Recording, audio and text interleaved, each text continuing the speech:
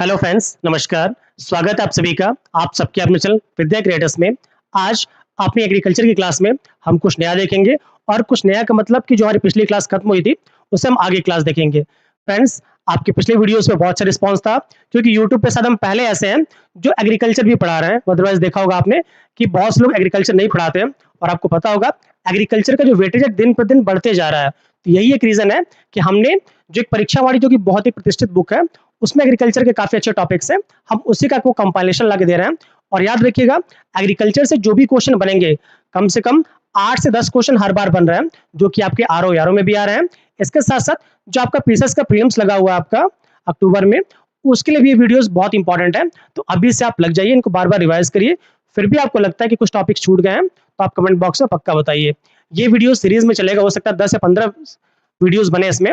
और याद रखिएगा, जब ये वीडियोस की आप पूरी प्लेलिस्ट देख लेंगे तो पूरा पूरा आपका एग्रीकल्चर सेक्शन तैयार हो जाएगा। ठीक है फ्रेंड्स, आइए स्टार्ट करते हैं कल से मतलब प्रीवियस क्लास से आगे।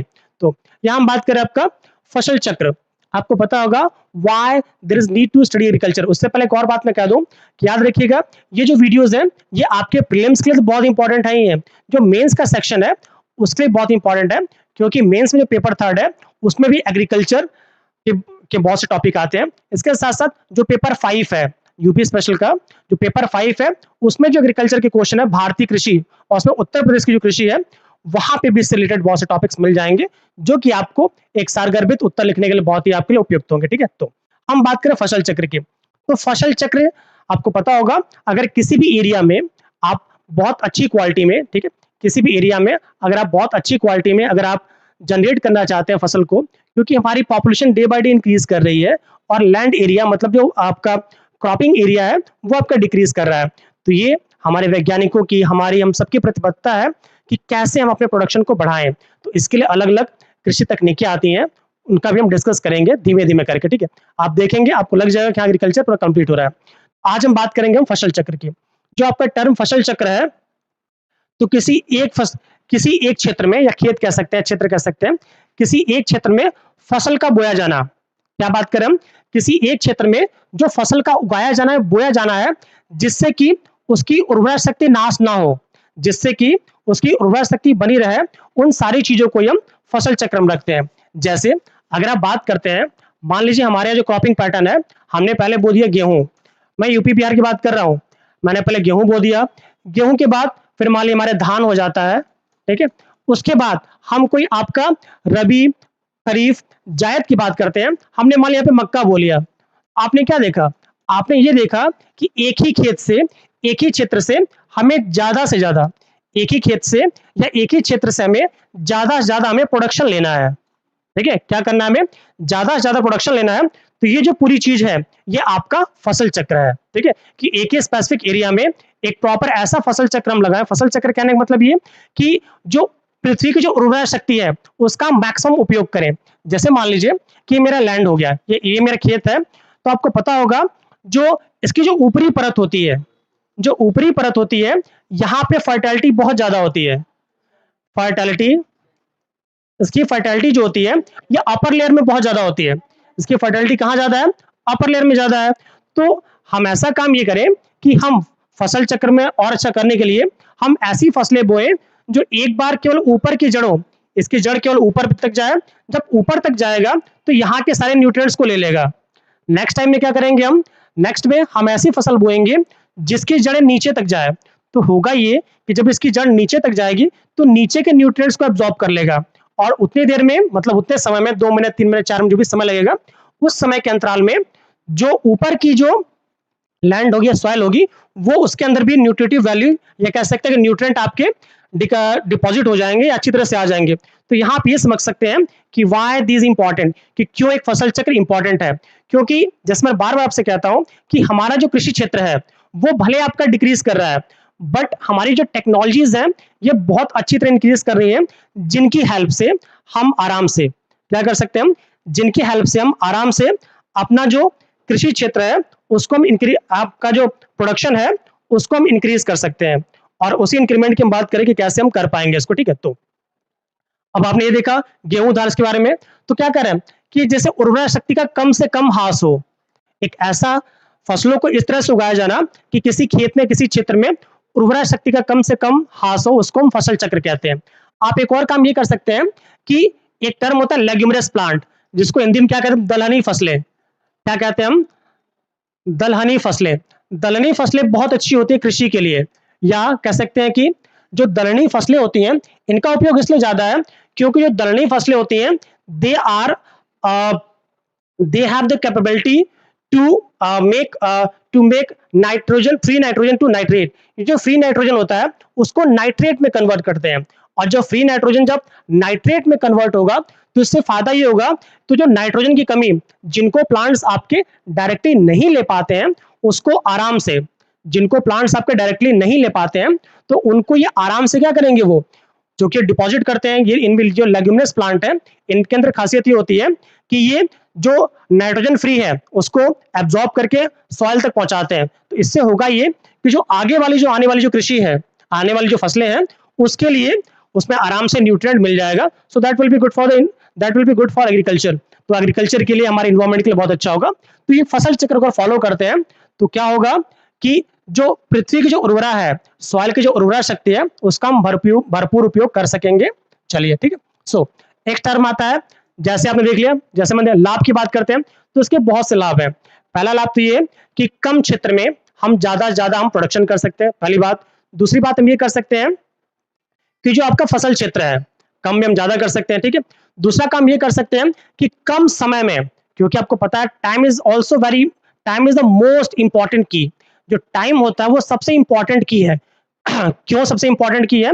क्योंकि समय बीत पुनि का पछताने, का वर्षा जब कृषि सुखाने। सुना भी होगा आपने कि समय बीत जाने पे कोई मतलब नहीं है कि समय बीत गया सब खराब हो गया तब हम कृषि की बात करें, तब हम कृषि को इंक्रीज करने की बात करें, ठीक है। तो इससे फायदा क्या होगा कि पृथ्वी की उर्वरा शक्ति बनी रहेगी, कम समय में हमें ज्यादा हमारा प्रोडक्शन हो जाएगा। लाभ हमें क्या है, तो पृथ्वी की जो न्यूट्रिटिव वैल्यू वो बनी रहेगी और पृथ्वी की उर्वरा शक्ति का ह्रास नहीं होगा, ठीक है। चलिए नेक्स्ट हम एक टर्म बात करते हैं, फसल चक्र की सघनता। फसल चक्र की सघनता की बात करते हैं तो याद रखिएगा, जब किसी फसल चक्र की सघनता निकालना होता है तो उसका फॉर्मूला होता है कि फसल चक्र में, मेनली हम एक ही फसल की बात करते हैं, तो फसल चक्र में टोटल कितनी फसलें हैं, फसलों की संख्या अपॉन फसल चक्र के वर्ष, कि कितने वर्ष की बात कर रहे हैं। जैसे मान लीजिए एक वर्ष में हम बात कर रहे हैं, एक वर्ष में हमने धान बो दिया, हमने गेहूं बो दिया, मूंग बो दिया, तो हमने कितनी फसलें ले ली, तो आपने ये बोलेंगे कि सर आपने फसलें 3 ले ली हैं। कितनी फसल ले ली आपने? 3 फसल ले ली। और ये कितने वर्ष में हमने निकाली है, तो हमने एक वर्ष में निकाले हैं, और फॉर्मूला क्या है, इनटू 100। तो हम ये क्या कह सकते हैं कि जो फसल चक्र सघनता है वो कितनी हो जाएगी हमारी, 300% हो जाएगी। कितनी हो जाएगी? 300%। आइए एक और एग्जांपल से समझते हैं इसको। हाँ, ये जो आप इन वीडियोस को देख रहे हैं, ये आपका जो एग्रीकल्चर का जो आपका एग्रीकल्चर की जो वैकेंसी आई हुई है जिसमें करीब 264 या 65 पोस्ट है, उनके लिए बहुत इंपॉर्टेंट है। जिनको रिवाइज करना हो वो यहाँ से भी देख सकते हैं, ठीक है। तो अब मान लीजिए एक और एग्जांपल देखते हैं इसका। मान लीजिए कि हमने ले लिया, हमने कुछ और फसल, हमने धान ले लिया, ठीक है। चलिए हम एक और फसल ले लेते हैं, हमने धान ले लिया, ठीक है, प्लस हमने मक्का ले लिया, प्लस हमने कोई द्विवर्षीय फसल मान ली हमने गन्ना ले लिया, तो और ये 2 वर्ष हो जाएगा। तो जब यहाँ इसकी बात करेंगे हम कि इसका फसल सघनता कितनी होगी, तो भाई ये दोनों तो एक साल में हो जाएगा, पर ये नहीं होगा, ठीक है। तो यहाँ पे हमने फसलें कितने ली, हमने फसलें ली 3 और अपॉन 2 इंटू 100, तो करेंगे तुम्हारा कितना आएगा, अबाउट 150% आ जाएगा। तो ये इसकी फसल सघनता होगी, इसको आप याद रखेंगे, ठीक है। फिर एक टर्म होता है हमारा, एक टर्म हमारा होता है कि एकीकृत पादप पोषक तत्व प्रबंधन, ठीक है, जिसको कहते हैं हम इंटीग्रेटेड प्लांट न्यूट्रिएंट मैनेजमेंट। जो आपका इंटीग्रेटेड प्लांट न्यूट्रिएंट मैनेजमेंट है, इसके थ्रू पूरे के पूरे देश में, ठीक है, पूरे के पूरे देश में या कह सकते हैं कि जहां भी हमारी सीमा है वहां पर एक ही सिस्टम इस्तेमाल करके सभी जगह हम जो न्यूट्रिएंट की कमी हो उसको, न्यूट्रिएंट की कमी को पूरा करना और प्लांट्स के लिए पोषक तत्वों की जो उपलब्धता कराना, वो आपका एकीकृत पादप पोषक तत्व प्रबंधन के अंतर्गत आता है, ठीक है। आइए हम और आगे चलते हैं, हम इसमें और आगे चलेंगे तो नेक्स्ट हमारा टॉपिक है एकल कृषि, जिसको क्या कहते हैं हम, मोनोक्रॉपिंग। क्या कहते हैं? मोनोकल्चर, सॉरी, क्या कहते हैं हम, मोनोकल्चर। तो मोनोकल्चर का मतलब होता है कि एक ही फसल को बार बार किसी एक क्षेत्र पर एक ही फसल को बार बार उगाने की जो पद्धति है या जो मेथड है उसे हम मोनोकल्चर कहते हैं। क्या कहते हैं हम? एक ही क्षेत्र में, एक ही कह सकते हैं कि लैंड एरिया में किसी फसल को बार-बार उगाना, कितने बार उगाना? बार-बार उगाना हमारा क्या कहता है? वो हमारा मोनोकल्चर कहलाता है। क्या कहलाता है? मोनोकल्चर। देखिए, जैसे मान लीजिए कि किसी निश्चित भूमि पर एक ही फसल को बार-बार उगाना, मैंने आपसे पहले बोला है। जैसे मान लीजिए कि कोई एरिया है, जैसे मान लीजिए कि हमारा वेस्ट बंगाल है। आपको पता है कि जो वेस्ट बंगाल के लोग हैं, वो चावल प्रेमी बहुत ज़्यादा होते हैं। वो बहुत ज़्यादा चावल खाते हैं। तो साल में वो 3 फसल लेंगे। क्या लेंगे वो? चावल प्लस चावल प्लस चावल। तो तीनों बार वो चावल ही ले रहे हैं। तो जहाँ पे किसी एक फील्ड में, किसी एक खेत में सेम टाइप की कृषि होती है, उसी को हम मोनोकल्चर कहते हैं। क्या कहते हैं हम? मोनोकल्चर। जैसे मान लीजिए किसी एरिया में हम केवल गेहूं ही बो रहे हैं। क्या बो रहे हैं हम? गेहूं प्लस गेहूं प्लस गेहूं। ये हमारा क्या हो गया? ये आपका हो गया मोनोकल्चर। बात समझ में आ रही होगी, ठीक है? याद रखिएगा, जो आपका इसकी सस्टेन जो गहनता होती है, वो हमेशा 100 से अधिक होगी। क्यों अधिक होगी? भाई एक साल में कम से कम एक फसल तो आप बोएंगे ही, या एक बार तो आप बोएंगे ही, और एक बार से कम तो आप बोएंगे नहीं। तो यही एक रीजन है कि इसकी जो सस्टेन गहनता होती है, वो हमेशा 100 से ऊपर ही जाएगी, नीचे नहीं आएगी, ठीक है? चलिए, आइए हम और आगे देखते हैं। सो नेक्स्ट हम बात करते हैं कि फसल चक्र, जो आपने देखा था आपका क्रॉप रोटेशन। ये हमारा क्या है? Crop rotation. तो आपने तो इसको समझ लिया था कि क्रॉप रोटेशन का मतलब क्या होता है। क्रॉप रोटेशन का मतलब होता है क्रॉप को बार बार रोटेट करना। क्रॉप को क्या करना? क्रॉप को बार बार रोटेट करना, जिससे कि, ठीक है, क्रॉप को बार बार रोटेट करना जिससे कि जो क्रॉप है उसकी इंटेंसिटी बढ़े। क्या हो? क्रॉप की इंटेंसिटी बढ़े, उससे बेनिफिट्स हमारे बढ़ते जाए। तो वो हमारा क्या होता है? वो आपका क्रॉप रोटेशन है। क्या है? ये टर्म आपका आता है क्रॉप रोटेशन। चलिए, जो क्रॉप रोटेशन की बात कर रहे हैं, तो एक वर्ष में कुल कृषि क्षेत्र एवं निवल कृषि क्षेत्र का अनुपात, ध्यान समझिएगा। एक वर्ष में मान लीजिए कि हमारा एक 4 हेक्टेयर का एक लैंड है, ठीक है? हमारा 4 हेक्टेयर का एक लैंड है, ठीक है? एक वर्ष में कुल कृषि क्षेत्र व कुल कृषि योग्य क्षेत्र, जैसे मान लीजिए, सपोज करिए कि एक छोटे गांव की मैं बात कर रहा हूं। एक छोटे गांव में आपका 100 एकड़ खेत है। कितना एकड़ खेत है? 100 एकड़ खेत है, ठीक है? और एक वर्ष में जो बोया गया क्षेत्र है, वो मात्र 5 एकड़ है। कितना है? 5 एकड़ है वहां पे। तो अब हमसे ये पूछा जाए कि इसका जो है फसल चक्र प्रतिशत कितना है, तो सीधा बोल सकते हैं कि सर 5 इंटू 100 इंटू 100, 100 से 100 कैंसिल, बचा कितना? 5। तो बहुत ही कम है। क्या है? बहुत ही कम। मैंने एग्जांपल देके बताया आपको। तो ये कहने का मतलब है, जिस भी कंट्री का जो फसल चक्र का जो अनुपात होता है, परसेंटेज होता है, अगर वो 100 से अधिक है, क्या है?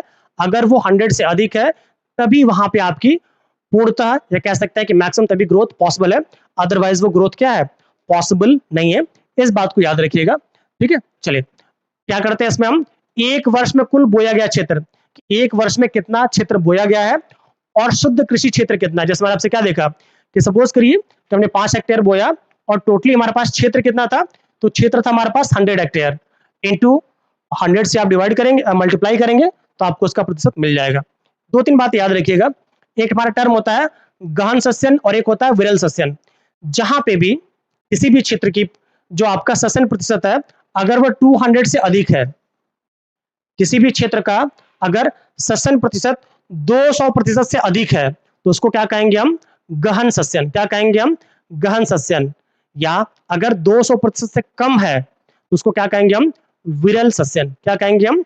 विरल सस्यन। और कोई भी देश, खासकर भारत ऐसा जिसकी पॉपुलेशन बहुत ज्यादा है और लैंड एरिया भी काफी अच्छा, काफी फर्टाइल एरिया है, तो कोई भी देश जो ग्रो करना चाहता है, तो उसे ये करना पड़ेगा कि उसका जो फसल क्षेत्र है, सस्यन है, वो आपका 200 से ज्यादा होना ही चाहिए। जब 200 से ज्यादा होगा, तभी वो अपनी जनता की सुख समृद्धि में और ज्यादा बढ़ोतरी कर पाएगा, ठीक है? चलिए, हम और आगे देखते हैं। तो नेक्स्ट हमारा टॉपिक है प्रमुख खाद्यान्न फसलें, ठीक है? कि प्रमुख खाद्यान्न फसलें। तो पहली बात तो ये टर्म होता है कि सर खाद्यान्न फसलें होती क्या हैं, ठीक है? कि खाद्यान्न जो फसलें हैं वो होती क्या हैं। तो 2-4 बात याद रखिएगा। खाद्यान्न फसलें हम उन फसलों को कहते हैं जिनसे दाने निकलते हैं। क्या निकलते हैं? जिन फसलों से दाने निकलते हैं या जिनका उपयोग हम खाने में कर सकते हैं, उनको हम खाद्यान्न फसलें कहते हैं। अगेन आई एम रिपीटिंग, खाद्यान्न फसलें आपकी वे फसलें होती हैं। कौन सी फसलें? खाद्यान्न फसलें आपकी वे फसलें होती हैं जिन फसलों से दाने निकलते हैं, जिनका उपयोग आप करते हैं, उनको हम खाद्यान्न फसलें कहते हैं। ये भी मेनली 3 टाइप की होती हैं, ठीक है? एक आपका होता है प्रमुख खाद्यान्न, तो प्रमुख खाद्यान्न में आपका गेहूँ, चावल, ठीक है? ये आपका प्रमुख खाद्यान्न है क्योंकि पूरा जो वर्ल्ड को देखेंगे आप, तो मैक्सिमम जो यूज़ होता है चावल का होता है, फिर गेहूँ का होता है, मैक्सिमम की बात कर रहा हूँ, ठीक है? नेक्स्ट हम बात करते हैं हम मोटे अनाज, तो मोटे अनाज में मेनली मक्का हो गया, मक्का हो गया, बाजरा हो गया, ठीक है? आपका ये सारे आपके मोटे अनाज होते हैं। और नेक्स्ट हमारा होता है लघु अनाज। याद रखिएगा लघु अनाज में भारत बहुत आगे है। लघु अनाज में क्या है? भारत बहुत आगे है क्योंकि लघु अनाज में हम कोदो, सांवा, मंडुआ इस टाइप के हम फसलों को बोते हैं जिनका कह सकते हैं प्रोडक्शन बहुत कम है। जिनका प्रोडक्शन बहुत कम है उनको हम लघु अनाज कहते हैं। आइए थोड़ा जल्दी देख लेते हैं। जैसे पहले हम बात करेंगे हम कि हम खाद्यान्न फसलें किसे कहते हैं, तो घास कुल के, घास कुल की। अब याद रखिएगा जो आपका गन्ना हो गया, फिर आपका धान हो गया, गेहूं हो गया, ये सारे के सारे ये आपके घास कुल की फसलें हैं। किस कुल की? घास कुल की फसलें। और घास कुल को हम क्या कहते हैं? घास कुल को हम कहते हैं ग्रामीणी। बायोलॉजी में इसको क्या कहते हैं हम? बायोलॉजी में इसको हम ग्रामीणी कहते हैं। तो ग्रामीणी याद रखिएगा कि घास कुल के पौधों को हम ग्रामीणी कहते हैं, जिनका उपयोग क्या करते हैं हम? दाने के लिए करते हैं। क्या करते हैं? इनका उपयोग हम दाने के लिए करते हैं, इनको याद रखिएगा। अब प्रमुख खाद्यान्न कौन कौन सी है? तो प्रमुख खाद्यान्न में मिली है आपका धान, गेहूं, जौ, ठीक है? जो धान, गेहूं, जौ है, इनको हम प्रमुख खाद्यान्न फसलें कहते हैं क्योंकि पूरे वर्ल्ड में देखेंगे आप तो मैक्सिमम प्रोडक्शन इन्हीं का होता है और इनको लोग क्या करते हैं? कंज्यूम करते हैं। सो ये आपके क्या है? प्रमुख खाद्यान्न फसलें हैं। नेक्स्ट बात करते हैं आप मोटे अनाज की, तो इसमें आपका मक्का, ज्वार, बाजरा। मोटे अनाज में क्या देखते हैं हम? आपका मक्का हो गया, ज्वार हो गया, बाजरा हो गया, इन्हें हम मोटे अनाज की कैटेगरी में रखते हैं। किसमें रखते हैं हम? मोटे अनाज की कैटेगरी में इनको रखते हैं क्योंकि ये जो अनाज है, ठीक है, ये जो अनाज है आपका मक्का, ज्वार, बाजरा, ये आपके कम पानी में भी क्या हो सकते हैं? ये आपके कम पानी में भी उग सकते हैं। इसके साथ साथ इनमें बहुत ज्यादा न्यूट्रिटिव सब्सटेंसेस मिलते हैं। इनकी जो न्यूट्रिटिव वैल्यू होती है बहुत ज्यादा होती है, इसलिए इनको हम मोटे अनाज भी कहते हैं, ठीक है? नेक्स्ट हम बात करेंगे हम लघु अनाज। तो लघु अनाज जैसे मंडुआ, कोदो, रागी, काकुन, कुटकी, यहां से क्वेश्चन आया इसलिए याद रखिएगा, इनको हम लघु अनाज कहते हैं। इनसे भी बहुत ही ज्यादा न्यूट्रिएंट मिलते हैं। क्या होते हैं? इनसे भी बहुत ही ज्यादा न्यूट्रिएंट मिलते हैं, इस बात को आप याद रखिएगा, ठीक है? क्वेश्चन पीसेस में आया था कि मंडुआ किस रोगियों के लिए बहुत लाभप्रद है, तो याद रखिएगा जो आपके शुगर आई मीन डायबिटीज कहते हैं, जो आपके डायबिटीज के मरीज हैं उनके लिए मंडुआ और यहां तक कि रागी दोनों ही बहुत इंपॉर्टेंट है। क्यों लघु अनाज बहुत इंपॉर्टेंट होते हैं? क्योंकि जो लघु अनाज होते हैं जल्दी पचते नहीं है, ये धीमे धीमे इनसे न्यूट्रिएंट्स निकलते हैं और जब ये धीमे धीमे पचेंगे तो इनसे बेनिफिट ये होगा कि धीमे धीमे न्यूट्रिशन हमें मिलेगा और जब धीमे धीमे न्यूट्रिशन मिलेगा तो इससे बेनिफिट हमें ये मिलेगा, इनसे जब धीमे धीमे न्यूट्रिशन या न्यूट्रिएंट हमें मिलेगा तो इनसे बेनिफिट ये मिलेगा कि जो भी हम बात करें किनकी, आई मीन डायबिटिक मरीज की, डायबिटिक मरीज में क्या होता है?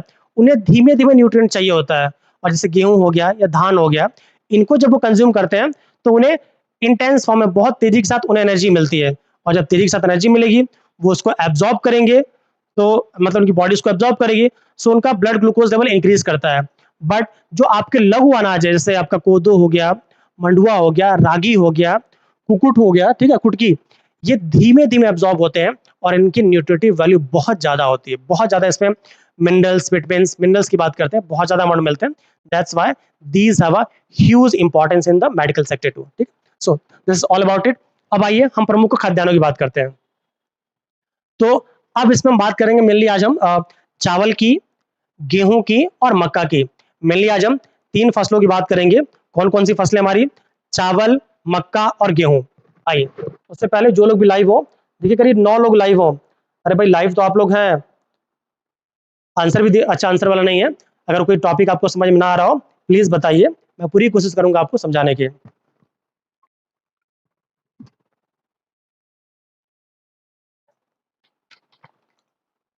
जल्दी से आइए चलिए।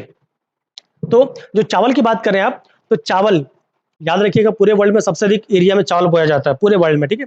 आइए कुछ कुछ चावल के बारे में जान लेते हैं जहां से क्वेश्चन बनते हैं।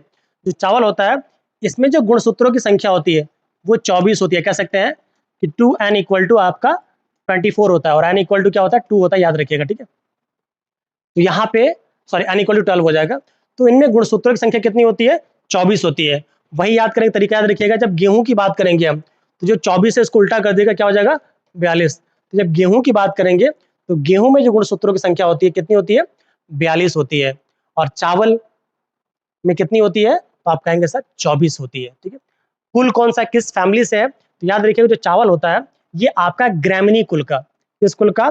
ग्रामिनी कुल का, जिसे हम घास कुल भी कहते हैं। क्या कहते हैं हम?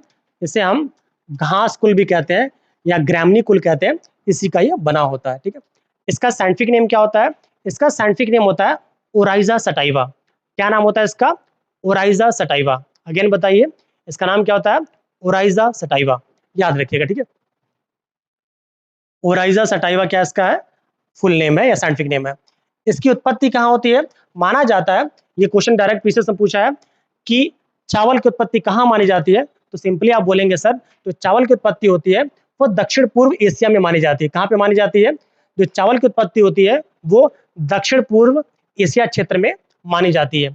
अब बात करते हैं इसकी जलवायु की। इसकी जो जलवायु है, मतलब चावल के ग्रो करने के लिए जो जलवायु चाहिए वो उष्ण कटिबंधीय जलवायु चाहिए। कैसी जलवायु चाहिए?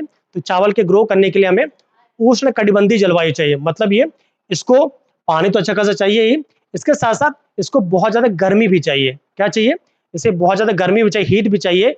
यही एक रीजन है, क्योंकि भारत का जो क्षेत्र है, अगर आप पूरा मैप देखेंगे, जैसे हमारे एक मोहित बाबू हैं, उनको खेती का बहुत अच्छा ज्ञान है, ठीक है।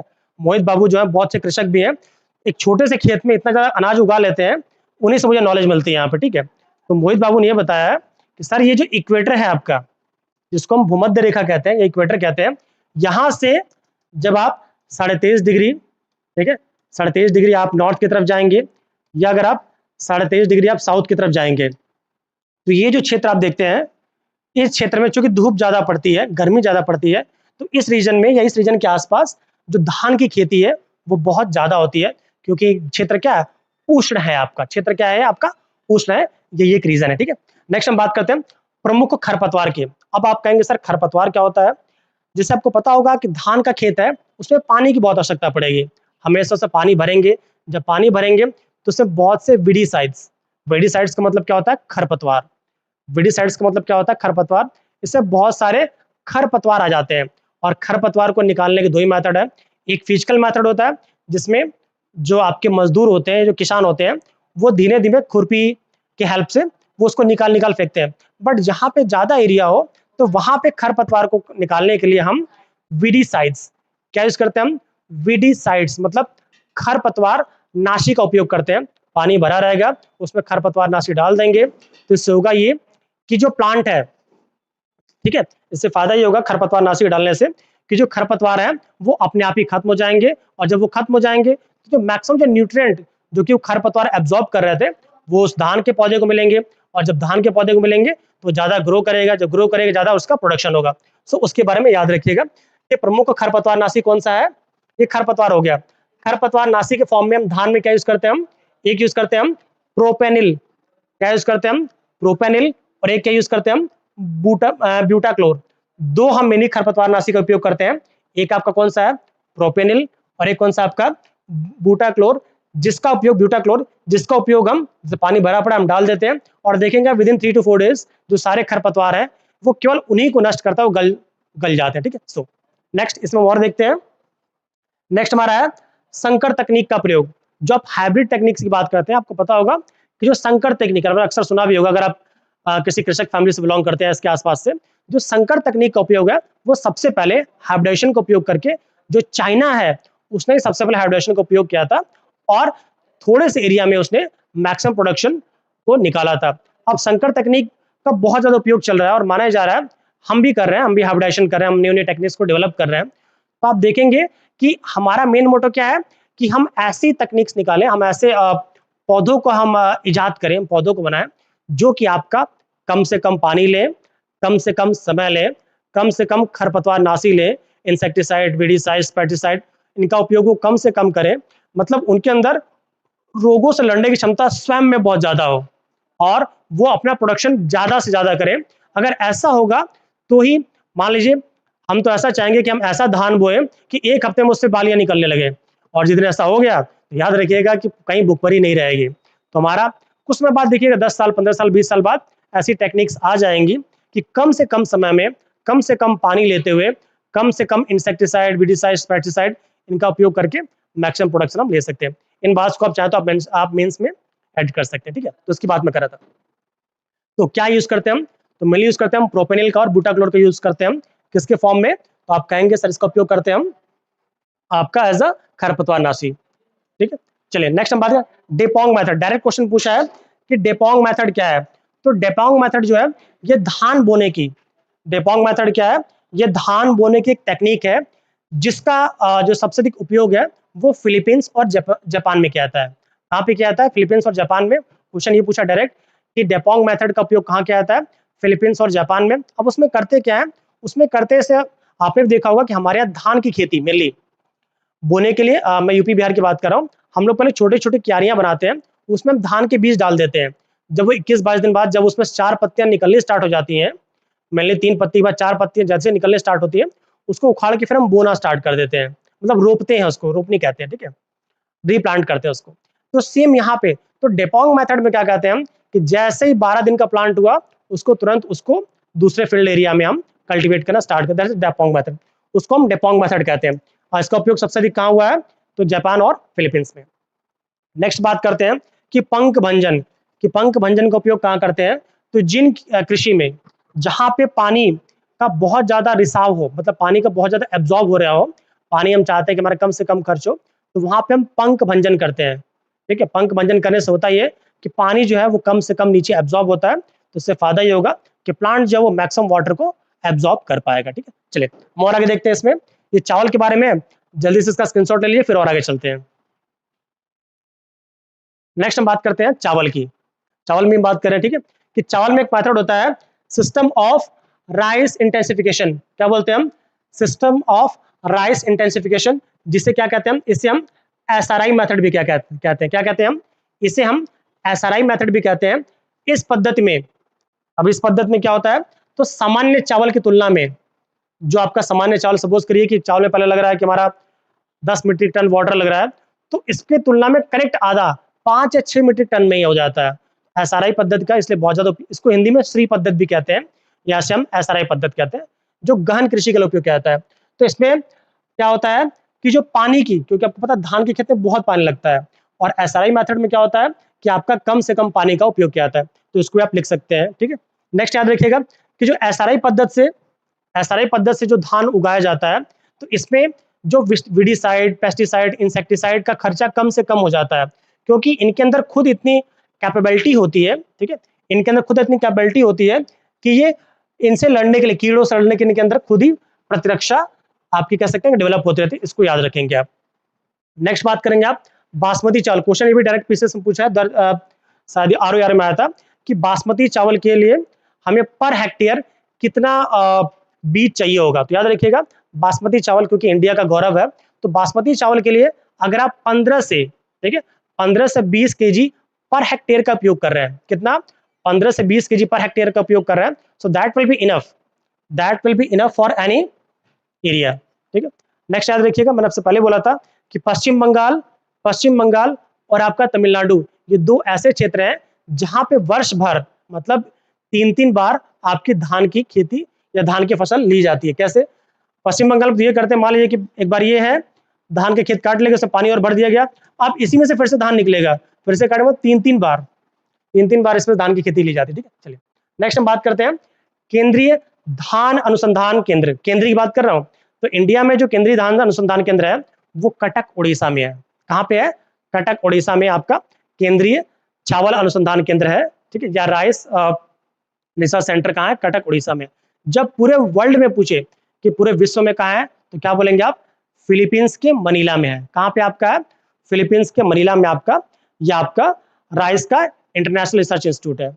और याद रखिएगा ये भी पीसीएस का क्वेश्चन था कि इंडिया में कहाँ पे जो आपका इंटरनेशनल राइस इंस्टीट्यूट का एक केंद्र खोला गया पूरे एशिया में, तो याद रखिएगा एशिया में वाराणसी में। कहाँ पे आपका? वाराणसी में, एशिया के वाराणसी में, ठीक है, जो आपका इंटरनेशनल राइस इंस्टीट्यूट है उसकी एक शाखा खोली गई है, कहाँ पे? आपका वाराणसी में, याद रखिएगा।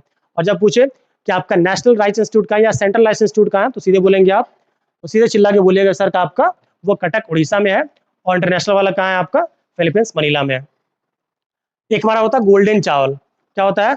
गोल्डन चावल या गोल्डन धान के लिए याद रखिएगा, जो आपका गोल्डन चावल होता है या कह सकते हैं गोल्डन धान होता है, इसमें कुछ ऐसा मतलब हमने चेंजेस लाया इसके जीन में कि इसके अंदर हमने फोर्टिफिकेशन मेथड लगा के, कोई मेथड लगा के इसमें हमने विटामिन ए, इसके अंदर हमने विटामिन ए का बहुत अच्छा स्रोत ढूंढ लिया है। तो याद रखिए गोल्डन चावल जो होता है वो विटामिन ए का बहुत ही अच्छा स्रोत होता है, ठीक है।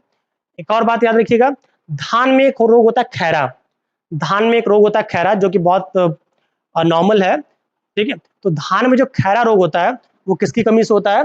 तो जिंक की कमी से होता है, इसको याद रखिएगा। धान में खैरा रोग किसकी कमी से होता है?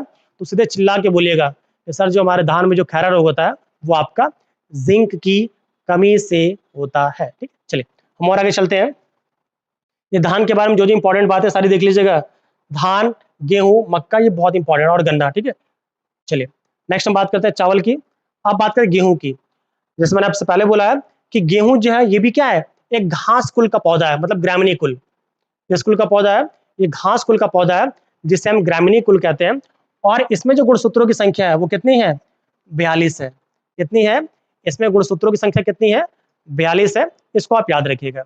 इसके साथ साथ इसका कुल कौन सा है? ग्रामीणी है। इसका साइंटिफिक नेम क्या है? Triticale aestivum. क्या नाम है इसका? इसका साइंटिफिक नेम क्या है? ट्रिटिकल एस्टिवम इसका साइंटिफिक नेम है, इसको याद रखिएगा। और ये जो ट्रिटिकल एस्टिवम है इसको जो ग्रो कराने का श्रेय है वो आपका महान वैज्ञानिक या कह सकते हैं महान कृषि वैज्ञानिक नॉर्मन ई बोरलॉग को दिया जाता है। किसको दिया जाता है? नॉर्मन ई बोरलॉग को दिया जाता है, जिन्होंने मैक्सिको में इसकी ब्रीड उगाई थी, और जो कि भारत में हरित क्रांति के लिए बहुत ही ज्यादा इंपॉर्टेंट रही। तो इसको याद रखिएगा, ठीक है, ट्रिटिकम एस्टिवम का। इसकी उत्पत्ति कहाँ मानी जाती है? इसकी उत्पत्ति आपके दक्षिण पूर्व एशिया में मानी जाती है, ठीक है। जलवायु, इसके लिए भी क्या चाहिए हमें? उष्ण कटिबंधीय जलवायु चाहिए, ठीक है। और जो मैंने आपको बोला ट्रिटिकम एस्टिवम, इस प्रजाति के विकास का श्रेय किसको दिया जाता है? नॉर्मल ई बोरलॉग साहब को। किसको? नॉर्मल ई बोरलॉग साहब कहा जाता है। और भारत में इसकी खेती क्या होती है? सर्वाधिक मात्रा में इसकी खेती होती है। नेक्स्ट एक और बात याद रखिएगा, जो आपके नॉर्मल ई बोरलॉग साहब है, कहाँ लिखा मैंने? अच्छा, ये जो नॉर्मल ई बोरलॉग साहब है, ठीक है, ये क्या है? पूरे वर्ल्ड में आपका हरित क्रांति के लिए फेमस है। बट जब भारत की बात करेंगे आप, भारत में तुम्हारे क्या है? M S Swaminathan. कौन है यहाँ पे? M S Swaminathan. जो आपके एम एस स्वामीनाथन साहब हैं, इन्हें भारत में हरित क्रांति का जनक कहा जाता है। और जो आपके नॉर्मल बोरलॉग साहब हैं, इन्हें विश्व में हरित क्रांति के लिए, विश्व में हरित क्रांति के लिए श्रेय दिया जाता है नॉर्मल ई बोरलॉग साहब को। दूसरी बात याद रखिएगा, जो आपके नॉर्मल ई बोरलॉग साहब है, क्योंकि ये भी पीसीएस में क्वेश्चन पूछा है कि जो नॉर्मल ई बोरलॉग साहब है इन्हें भी नोबेल पुरस्कार मिला है। कौन सा पुरस्कार मिला है? इन्हें भी नोबेल पुरस्कार मिला है। अब आप कहेंगे सर कृषि तो नोबेल पुरस्कार में है ही नहीं, तो मिला कहाँ होगा? तो याद रखिएगा मैक्सिमम लोग ऑप्शन सीधे लगाएंगे कृषि, नहीं, गलत है। नॉर्मल बोरलॉग साहब को जो नोबेल पुरस्कार मिला था वो मिला था शांति के क्षेत्र में। किसके क्षेत्र में मिला था? शांति के क्षेत्र में। क्योंकि जब आप बहुत ज्यादा, अगर आपने इतना अच्छा काम किया है कि फूड प्रोडक्शन बढ़ेगा, तो इससे क्या होगा? इससे भुखमरी कम होगी। जब भुखमरी कम होगी तो आपका श्रेय क्या माना जाएगा? कि आपने शांति के लिए बहुत अच्छा काम किया। सो आई थिंक उन्हें मिलना चाहिए, वो डिजर्व करते थे। जो पूरे विश्व में आज भुखमरी कम हुई है, इसका श्रेय मैं इनको देना चाहूंगा, ठीक है। चलिए और आगे चलते हैं। एक हमारा टर्म होता है, तो भारत में क्वेश्चन बनता है कि भारत में हरित क्रांति का जो श्रेय है वो किस फसल ने ज्यादा लिया है? तो भारत में हरित क्रांति का जो मैक्सिमम जो श्रेय है वो आपका गेहूं ने लिया है। किसने लिया है?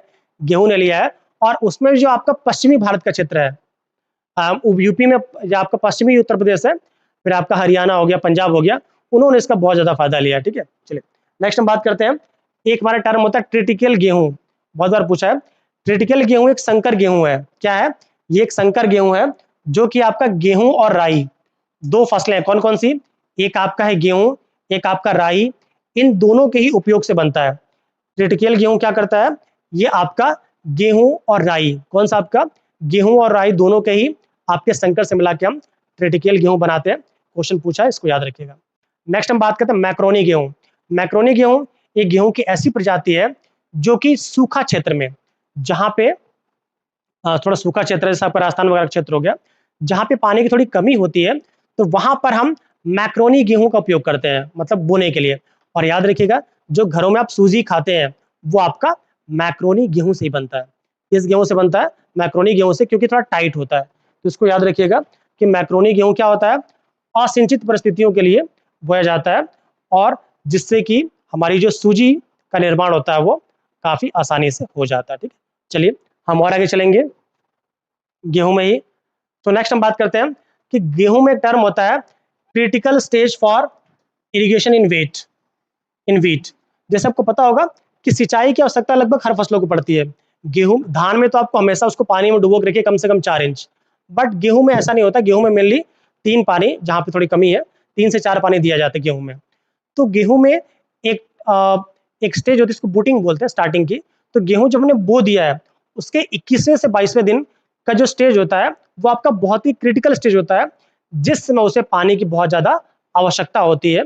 उसी को हम सीराई स्टेज कहते हैं। क्या कहते हैं हम? तो आपका क्राउन रूट स्टेज कहते हैं, या क्या कहते हैं हम? सीराई स्टेज कहते हैं। तो याद रखिएगा, जो आपका क्राउन रूट स्टेज है, वो बोने के 21 दिन के अंदर क्या होता है, बोने के 21 दिन के अंदर उसका क्या होता है, क्रिटिकल स्टेज होता है, जो आपको पानी देना होता है।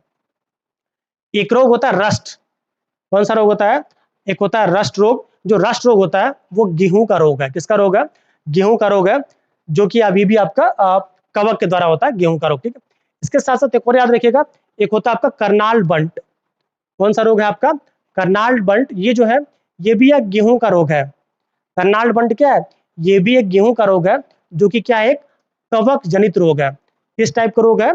ये एक आपका कवक जनित रोग है। इसका नाम क्या आपका? करनाल बंट गेहूं। ठीक है, इसी तरह जब हम खरपतवार की बात कर रहे थे, तो एक खरपतवार होता है, इसको यूपी बिहार की लैंग्वेज में कहते हैं हम गेहूं का मामा। क्या कहते हैं हम? गेहूं का मामा। तो गेहूं का मामा बोलते हैं हम फ्लेरिस माइनर को। किसको बोलते हैं हम? फ्लेरिस माइनर को हम गेहूं का मामा कहते हैं। इनको भी याद रखिएगा। क्या होता है? फ्लेरिस माइनर, इसे हम गेहूं का मामा भी कहते हैं। इसको नष्ट करने के लिए जो हम वीडीसाइड्स, क्या होता है, शाकनाशी को क्या बोलते हैं? वीडीसाइड्स। जिस वीडीसाइड का उपयोग करते हैं उसको बोलते हैं हम आइसोप्रोटॉन। याद रखिएगा, आइसोप्रोटॉन। क्या नाम इसका है? इसका नाम आपका है आइसोप्रोटॉन। इसको याद रखिएगा कि गेहूं के लिए, जो आपका गेहूं का मामा है, उसके नाश के लिए जो शाकनाशक कौन सी यूज करते हैं? तो आइसोप्रोटॉन यूज करते हैं। इसको याद रखिएगा, ये क्वेश्चन बहुत बार पूछा है कि गेहूं के मामा का साइंटिफिक नेम क्या है, तो आप बोलेंगे आप फ्लेरिस माइनर। क्या नाम है इसका? फ्लेरिस माइनर नाम है। और इसको नष्ट करने के लिए क्या उपयोग करते हैं हम? तो सीधे बोलेंगे हम आइसोप्रोटॉन। क्या यूज करते हैं हम? आइसोप्रोटॉन का हम यूज करते हैं। अब आप कहेंगे सर क्या रीजन है, पौधा जग जाए तो क्या होगा? अरे भाई, जो ये विड्स होते हैं, ये जो विड्स होते हैं, ठीक है, विड्स, ये बहुत ही हार्मफुल होते हैं। और आप कहेंगे सर कैसे हार्मफुल होते हैं? ये जो हार्मफुल, ये पहली बात तो ये कि इन्हें कोई बोता नहीं है, ये अपने आप उग जाते हैं। क्या होंगे? ये अपने आप उग जाएंगे। अब जब ये अपने आप उगेंगे तो क्या करेंगे? मान लिया हमने गेहूं को पानी दिया, तो ये इरिगेशन, तो फसल को जो पानी दिया गया उसको ये एब्जॉर्ब कर लेगा। इसके साथ साथ जब ये तेजी से बढ़ेंगे, हमने फसल को जो फर्टिलाइजर दिया है, मतलब उसको हमने जो उर्वरक दिया, ये उसको एब्जॉर्ब कर, हमने दिया गेहूं को, ले कौन रहा है? ये वीडीसाइड ले रहा है, जिस फसल की बात कर रहा है। इसके साथ साथ ये जब तेजी से बढ़ेंगे तो जो न्यूट्रिएंट की बात करते हैं, जो अर्थ का जो न्यूट्रिएंट है उसको भी क्या करेंगे? ज्यादा एब्जॉर्ब करेंगे। इसके साथ साथ जैसे इरिगेशन की बात कर दी हमने, फर्टिलाइजर्स की बात कर दी हमने, न्यूट्रिएंट की बात कर दी। इसके साथ साथ ये जो सनलाइट आती है, क्योंकि बहुत तेजी के साथ बढ़ते हैं, तो जो सनलाइट है जो पड़नी चाहिए पौधे पे, उसको भी एब्जॉर्ब कर लेते हैं। तो इससे होगा क्या? इससे होगा ये कि जो उसकी ग्रोथ होनी चाहिए प्लांट की, वो ग्रोथ किसकी ओर लगी? विड्स की ओर लगी। तो इससे होगा क्या कि हमारी जो प्रमुख फसल है उसको ना तो न्यूट्रिएंट मिल पाएगा, ना धूप मिल पाएगा, ना फर्टिलाइजर मिल पाएगा, ना पानी मिल पाएगा, तो उसकी ग्रोथ क्या होगी? रुक जाएगी। तो यही एक रीजन है। ठीक है, क्या है? यही एक रीजन है कि वीडीसाइड्स का उपयोग किया जाता है। ठीक है, चलिए हम और आगे चलते हैं। तुम्हारी नेक्स्ट फसल है मक्का। मक्का बहुत इंपॉर्टेंट भाई, मक्के का सीजन है। वैसे मक्का ऐसी फसल है जो लगभग हर मौसम में मिल जाएगी, कहीं मिले ना मिले। जहाँ पे रेलवे के फाटक के लगे होते वहां मक्का बेचते हुए आपको लोग मिल जाएंगे, बस स्टेशन पे मिल जाएंगे, लगभग तीनों फसल में। ये एक ऐसी फसल है जो कि आपकी रबी, खरीफ, जायद, ये सभी मौसम में मिलती है। और मक्का मिले तो मक्का खाया करिए, ये चाउमीन, बर्गर, समोसा इन सबसे दूर रहिए, फायदा करेगा, ठीक है। क्योंकि मक्का भी क्या है, इसमें भी बहुत से, आप कह सकते हैं सर स्टार्च तो केवल मिलता है, स्टार्च के साथ साथ बहुत से माइक्रो न्यूट्रिएंट मिलते हैं जो आपकी बॉडी के लिए अच्छे होते हैं, इसलिए मक्का खाया करें, ठीक है। वेल, चलिए जो मक्का की बात करते हैं हम, तो धान्य फसलों में सर्वाधिक मात्रा में, तो याद रखिएगा कि जो भी धान्य फसलें हैं, मेनली तीन ही फसलों की बात करते हैं हम, आपका गेहूं, चावल और मक्का। तो धान्य फसलों में जो सबसे अधिक स्टार्च, इसकी बात, जो सबसे अधिक स्टार्च की बात करते हैं, तो वो हमारा क्या है, तो वो आपका है मक्का। फिर एक टर्म याद रखिएगा, C4 प्लांट। दो टाइप के प्लांट होते हैं, एक होता है C3 प्लांट, एक होता है C4 प्लांट। तो मक्का, चूंकि मक्का हो गया, एक होता है चौलाई, चौलाई का साग बनता है, कुछ लोग चौलाई या चौराई बोलते हैं, चौराई भी क्या है, C4 प्लांट है। तो याद रखिए मक्का क्या है, C4 प्लांट है। हम C4 C3 के अंदर में लीजिए, इसको रट्टा मार लीजिए कि मक्का क्या है, C4 प्लांट है। गन्ना C4 प्लांट है कि नहीं है, ये पूछा है, इसको आप कमेंट बॉक्स में कमेंट करके बताएंगे कि क्या गन्ना एक C4 प्लांट है, अगर है तो पक्का है, क्यों नहीं है तो क्यों नहीं है, ठीक है, पहले इसको बताइएगा। नेक्स्ट हम बात करते हैं कि इसका साइंटिफिक नेम, सॉरी गलती से आ गया, इसका साइंटिफिक नेम आपका ट्रीटियम एस्टियम नहीं है, इसका साइंटिफिक नेम जो होता है वो जिया मेज होता है। क्या होता है इसका, जिया मेज, इसका साइंटिफिक नेम क्या होता है, जिया मेज होता है, इसको याद रखिएगा। अब इसका उपयोग हम बायोडीजल के फॉर्म में भी करते हैं। अब आप कहेंगे सर बायोडीजल क्या है, तो बायोडीजल देखना है तो साइंस की मेरी क्लास है जिसमें मैंने बकायदे आपका रिन्यूएबल सोर्स ऑफ एनर्जी के बारे में बताया, आप इसको पढ़िए, आपको समझ में आएगा बायोडीजल के बारे में, ठीक है। तो देखिए, अब जब बात करें बायोडीजल के बारे में, तो याद रखिएगा, आपको पता होगा कि किसानों की, हमारे मोदी जी की इच्छा क्या है कि जो किसान है, ठीक है, किसानों की आय को बढ़ाना है। तो किसानों की आय को बढ़ाने के लिए क्या करना पड़ेगा, किसानों की आय को बढ़ाने के लिए हमें करना ही पड़ेगा, हमें उनको ज्यादा ज्यादा पैसा देना पड़ेगा। तो उसके लिए एक और काम ये कर सकते हैं कि हमारा एक टर्म होता है sustainable development goal, SDG goals. तो SDG गोल्स में एक बात की जाती है स्वच्छ पर्यावरण की, किसकी बात की जाती है, स्वच्छ पर्यावरण की, या कह सकते हैं स्वच्छ पर्यावरण में आपका सारी चीजें आ जाएंगी। इसके साथ साथ स्वच्छ ऊर्जा स्रोत, स्वच्छ ऊर्जा स्रोत की, तो जब आप स्वस्थ ऊर्जा स्रोत की बात करते हैं तो उसके लिए हमें क्या चाहिए, हमें आपका चाहिए रिन्यूएबल एनर्जी सोर्स। क्या चाहिए हमें, रिन्यूएबल एनर्जी सोर्स, क्योंकि मैक्सिमम जो हम एनर्जी सोर्स इस्तेमाल करते हैं वो मिली फॉसल फ्यूल्स होते हैं। क्या होते हैं, फॉसल फ्यूल्स होते हैं, जो कि हम दूसरी कंट्रीज से हम मंगाते हैं, उनको जल, जिसके लिए हमें बहुत ज़्यादा पैसा देना पड़ता है। तो इससे क्या होता है कि हमारी कंट्री ने जो डॉलर इकट्ठे किए रहते हैं वो बाहर जाते हैं। इसके साथ साथ हमारी कंट्री का जो मैक्सिमम जो गाढ़ी कमाई है वो बाहर जा रही है। तो अगर हमारी प्रोडक्शन, अगर हमारी जो डिपेंडेंसी है वो अगर रिन्यूएबल सोर्स ऑफ एनर्जी पे हो जाए, जिसमें आपका बायोडीजल भी एक आपका रिन्यूएबल सोर्स ऑफ एनर्जी है, क्योंकि इसे हम मक्का से, गेहूं से, चुकंदर से, आलू से, ऐसे कह सकते हैं कि क्रॉप से इसको हम उगाते हैं। जब ऐसे क्रॉप से उगाएंगे तो क्या होगा, तो इससे होगा ये कि इको फ्रेंडली है, तो इन्वायरमेंट के लिए कोई हार्मफुल नहीं होंगे। इसके साथ साथ जब इनकी डिमांड बढ़ेगी, जब इनकी डिमांड बढ़ेगी तो किसान उनको बोएगा, जब किसान उसको बोएगा तो उसकी आय बढ़ेगी, तो किसानों का खेती की तरफ और रुझान बढ़ेगा। और इससे फायदा क्या होगा कि हमारी जब ऊर्जा की जरूरतें पूरी होंगी तो हमें बाहर से कम फॉसिल फ्यूल्स मंगाना पड़ेगा, जिससे कि हमारी जो रुपीज की वैल्यू है वो भी क्या होगी, इंक्रीज करेगी। So these are the important terms for the अक्षय ऊर्जा के। तो याद रखिएगा मक्का का बहुत अच्छा उपयोग हम बायोडीजल के फॉर्म में भी कर सकते हैं, जिसका उपयोग करके हम व्हीकल्स को चला सकते हैं। नेक्स्ट हम बात करते हैं हम तीनों ऋतुओं में उगाया, यानी फर्स्ट मैंने आपसे पहले बोला है कि इसको हम तीनों ऋतुओं में, मतलब आपका कह सकते हैं कि गर्मी, जाड़ा, बरसात, यहाँ से कह सकते हैं रबी, आपका रबी फसल, जायद फसल और आपका खरीफ फसल, सारे मौसम में इसको हम उगा सकते हैं, ठीक है। नेक्स्ट हम बात करते हैं मक्का के बारे में। तो अब मक्के को कौन लेके आया, तो जो आपके 15वीं शताब्दी में जो पोर्चुगीज थे, मतलब पुर्तगाली थे, वही सबसे पहले मक्का लेके आए, और उसके बाद से भारत में पूरा मक्का ही मक्का फैल गया, ठीक है। मक्का के लिए याद रखिएगा। नेक्स्ट हम बात करते हैं कि बहुत इंपॉर्टेंट लाइन है ये, इसको मिटा देता हूं मैं, ये बहुत इंपॉर्टेंट लाइन है। जो आपका मक्का होता है ये एक उभय लिंगाश्रयी पौधा है। अब आप कहेंगे सर ये उभय लिंगाश्रयी क्या है, इसको इंग्लिश में कहते हैं बाइसेक्सुअल, इंग्लिश आसान है, इसको हम बाइसेक्सुअल प्लांट कहते हैं। क्या कहते हैं, बाइसेक्सुअल प्लांट कहते हैं, उभय लिंगाश्रयी कहते हैं। अब चूंकि उभय लिंगाश्रयी है, ये क्या है, ये उभय लिंगाश्रयी है, तो याद रखिएगा इसमें मेल और फीमेल इसमें मेल और फीमेल दोनों ही प्लांट, सॉरी दोनों ही फ्लावर एक ही प्लांट में मिलते हैं। क्या होते हैं? दोनों ही एक ही प्लांट में मिलते हैं, इसलिए इसको क्या कहते हैं हम? उभय लिंगाश्रयी पौधा कहते हैं। क्या कहते हैं इसे हम? उभय लिंगाश्रयी पौधा कहते हैं। फिर भी एक और बात याद रखिएगा, एक टर्म होता है स्वपरागण, एक होता है परपरागण। एक होता है स्वपरागण, एक होता है परपरागण। और मक्के में क्या होता है? परपरागण होता है, इसमें स्वपरागण नहीं होता है। इसको बायोलॉजी क्लास में और डिस्कस करेंगे, समझ जाएंगे आप। मक्का पूरे वर्ल्ड में सबसे अधिक इसका जो आयातक है मंगाने के लिए वो चाइना मंगाता है, और जो सबसे बड़ा जो निर्यातक वो यूएस से है। इसको भी याद रखिएगा। अब आप कहेंगे सर चाइना वाले क्यों इतना मंगाते हैं? तो चाइना वाले, क्या आपको पता, चाइना वाले मेनली वो एनिमल्स पे, एनिमल फूड पे डिपेंड होते हैं। जैसे आपको पता होगा वो पिग खाते हैं, अलग अलग जानवरों की वो चर्बीज खाते हैं। तो जो मक्के में बहुत ज़्यादा स्टार्च होता है, तो जो एनिमल्स की बहुत तेजी से जो ग्रो कराने के लिए मक्का बहुत इंपॉर्टेंट है। तो यही एक रीज़न है कि वो मक्का बहुत ज़्यादा चाइनीज आयात करते हैं। और चूंकि ऐसा क्लाइमेट क्षेत्र इसको उगाने के लिए बहुत अच्छा आपका मैक्सिको हो गया, फिर आपका यूएसए का क्षेत्र है, इनका क्लाइमेट मक्के के लिए बहुत अच्छा है। इसलिए वो जो मैक्सिमम जो प्रोडक्शन है वो आपका उन्हीं क्षेत्र में होता है।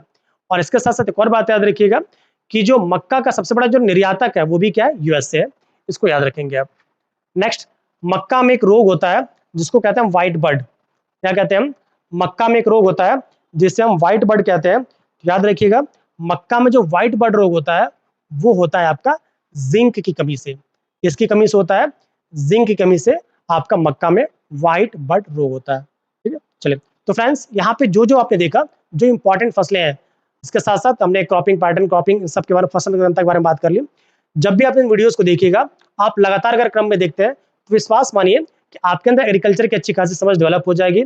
इससे फायदा ये होगा कि जब आप क्विक रिवीजन करने बैठेंगे एक ही वीडियोस में, हो सकता है इन वीडियोस के बाद में कंपाइलेशन करें हम, तो 6 या 7 घंटे की वीडियोस बनेगी, उनको आप देखिएगा तो विश्वास मानिए कि पूरा का पूरा आपका एग्रीकल्चर एक ही वीडियो में कंप्लीट हो जाएगा। तो फ्रेंड्स, अगर आप चाहते हैं ऐसी वीडियोस आपको और मिलते रहें तो प्लीज़ हमारे वीडियोस को लाइक, शेयर और सब्सक्राइब करते रहिए। हाँ, याद रखिएगा, प्री के साथ साथ ये मेंस के लिए बहुत इंपॉर्टेंट है, क्योंकि मेंस में आपको पता है कृषि का जो क्षेत्र है उससे उत्तर प्रदेश का क्षेत्र है, फिर आपका पूरे भारत की कृषि की बात की जाती है, तो उस समय के लिए वीडियोस बहुत इंपॉर्टेंट है। तो आप चाहते हैं इन वीडियोस को अपनी प्लेलिस्ट में सेव कर सकते हैं, लाइक कर सकते हैं, जिससे कि आपके पास ये सेव रहेगा, जिसे बाद में आप देख सकते हैं। इसके साथ साथ अगर आपके कुछ सुझाव हो कि सर इसको कुछ और अच्छा करिए, तो उसके लिए भी वेलकम है आपका। आप कमेंट करिए, हम पूरी कोशिश करेंगे इनमें कुछ ना कुछ चेंजेस या परिवर्तन लाने के। तो फ्रेंड्स, आज के लिए इतना ही, मिलते हैं अगले वीडियो में।